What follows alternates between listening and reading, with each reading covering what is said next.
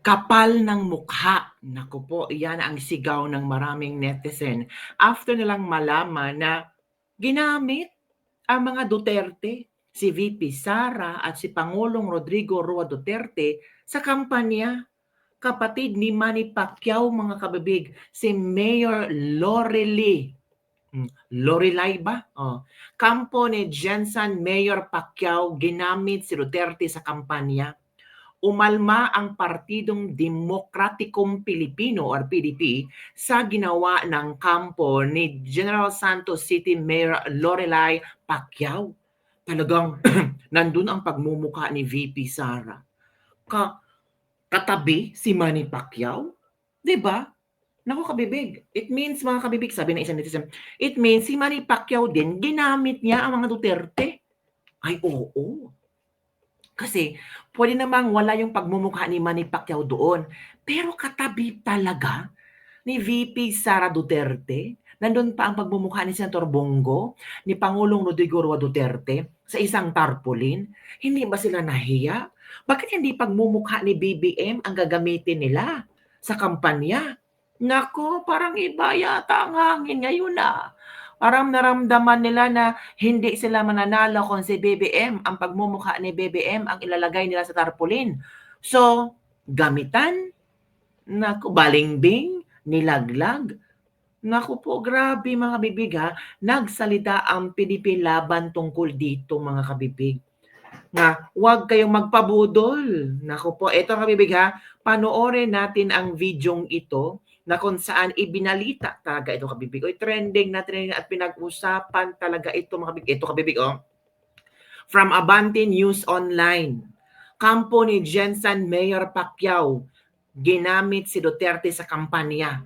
Umalma ang Partidong Demokratikong Pilipino sa ginawa ng kampo ni General Santos Mayor Lorely Pacquiao. Manood tayo kabibig kung ano ang ginawa nito. Yan Panoorin nyo. Sa ginawa ng kampo ni General Santos City Mayor Lorely Pacquiao. Yan. Ano ang ginawa? Tingnan natin ikaw mo na yung paggamit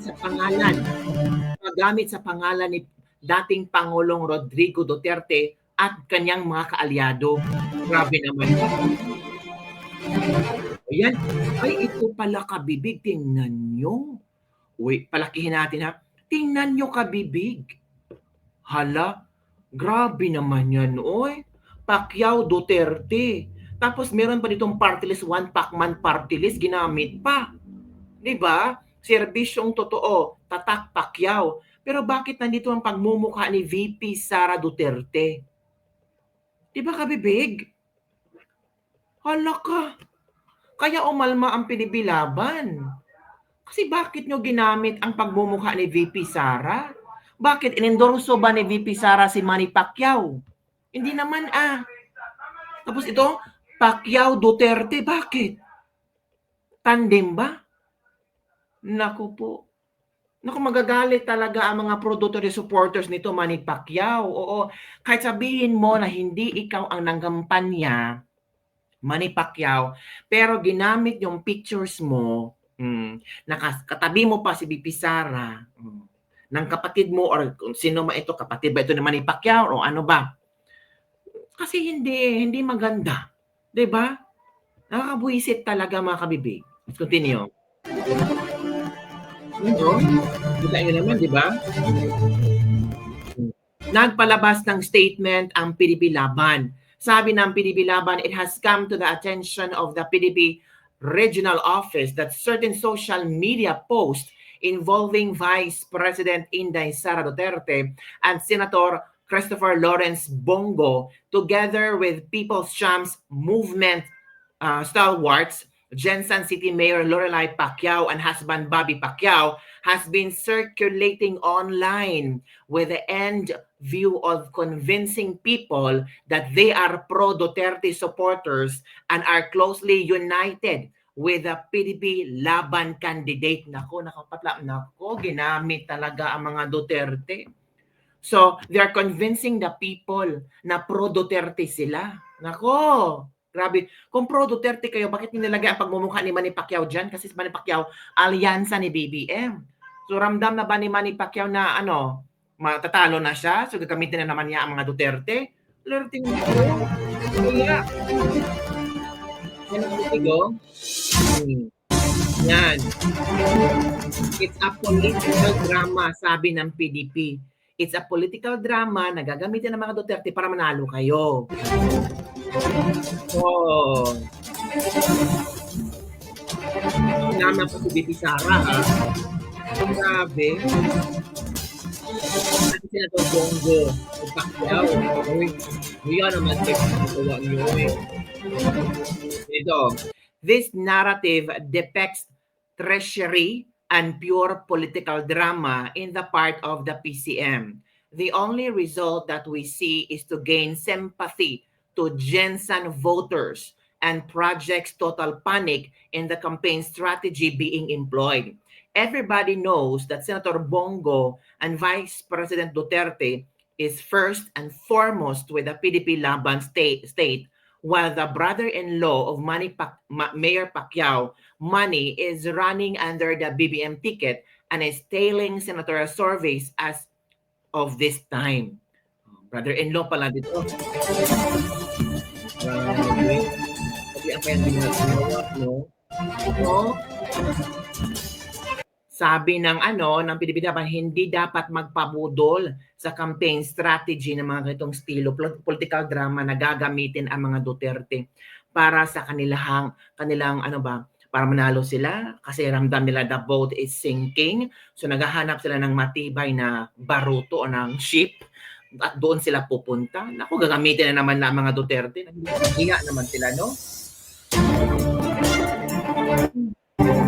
The last-ditch efforts of PCM to include Duterte and Bongo in a campaign strategy is hoax and must not be favored and shared. Riding to the sentiments and sympathy of every Filipino is not only an insult but a total disregard to the true people's feelings. Tama. Parang pinaglalaroan lang yung emosyon ng mga tao kasi alam naman nila na malakas ang mga Duterte. So, kailangan nilang may masandigan na malakas na Duterte. So, hanap sila ng way na sabihin na i-convince ang mga tao na pro-Duterte kami. Kahit si Manny Pacquiao ay nasa slate ni BBM, pero parang doon kami kay Duterte sumusuporta. Ano to? Tapos ang pagmumukha ni Pacquiao, kasali doon. So yun, kabibig. Ito nakakatawa lang. Ito lang yung nakakagigil tingnan mga kabibig. Yan Sino bang hindi magigigil sa picture na yan? Diba? So it means tinaydor ni Lorelai Pacquiao si Manny Pacquiao, pero hindi naman pwedeng traidorin kasi nandyan naman pagmumukha ni Manny Pacquiao. Nandyan pa ang numero ni Manny Pacquiao kung paano mo iboto si Manny Pacquiao. Tinatatak Pacquiao Duterte. Ano ba naman to? Gaguhan na ba to? Diba kabibig? Parang niloloko lang ang mga tao. Sana ang mga tao sa Jensen hindi mapapaloko dyan. Kasi marami na talaga ang mga drama ngayon para makuha lang talaga ang boto. 'Di ba?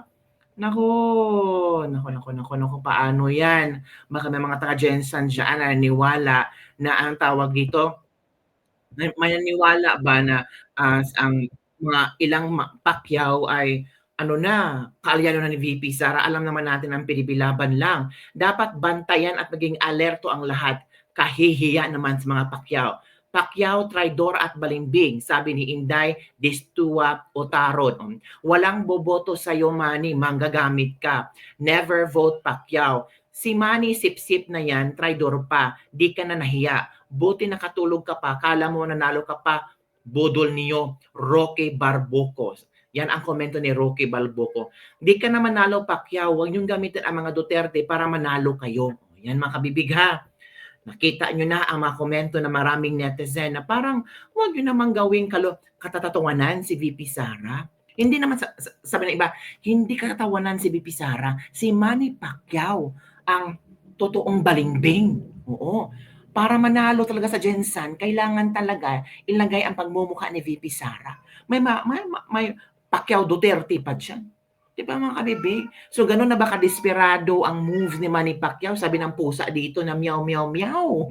Meow, meow, meow, meow. Yan na mga kabibig. So yan lang po mga kabibig ang ating latest libak-libak for today. Ano ang inyong komento tungkol dito? Pati mga pusa nagagalit na. Ang pusa ko dito nagagalit na kung bakit daw dinamay-damay si VP Sara. Oo. Mga Duterte dinamay-damay nila sa ilang, ano ba, sabi ng isang netizen, this is a kind of political drama.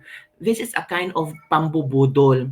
Ito yung pinaka estilo nila para makuha ang atensyon ng mga tao. Para ipulyut ang utak ng mga tao na ang Pacquiao ay pro-Duterte. Hindi, pro-BBM sila. Oh. Manny Pacquiao nga nasa ano ni BBM, so paano maging pro-Duterte? Bakit? Si Manny Pacquiao ba ay kasali sa mga inendorso ni VP Sara? Wala naman doon So wag yung gamitin ang pagmumukha, ang magmukha ng mga Duterte. Nakakahiya yung ginagawa niyo. Uy, oo, namukha kayong cheap. Oo. 'Di ba? So yun lang kabibig ang ating latest libak-libak for the day. Ano ang inyong opinion tungkol dito? Don't forget to like, subscribe, and share this video para sa mga latest trending news na ating pag-usap-usapan. Bye everyone! See you next time. Lurky, nakahiya.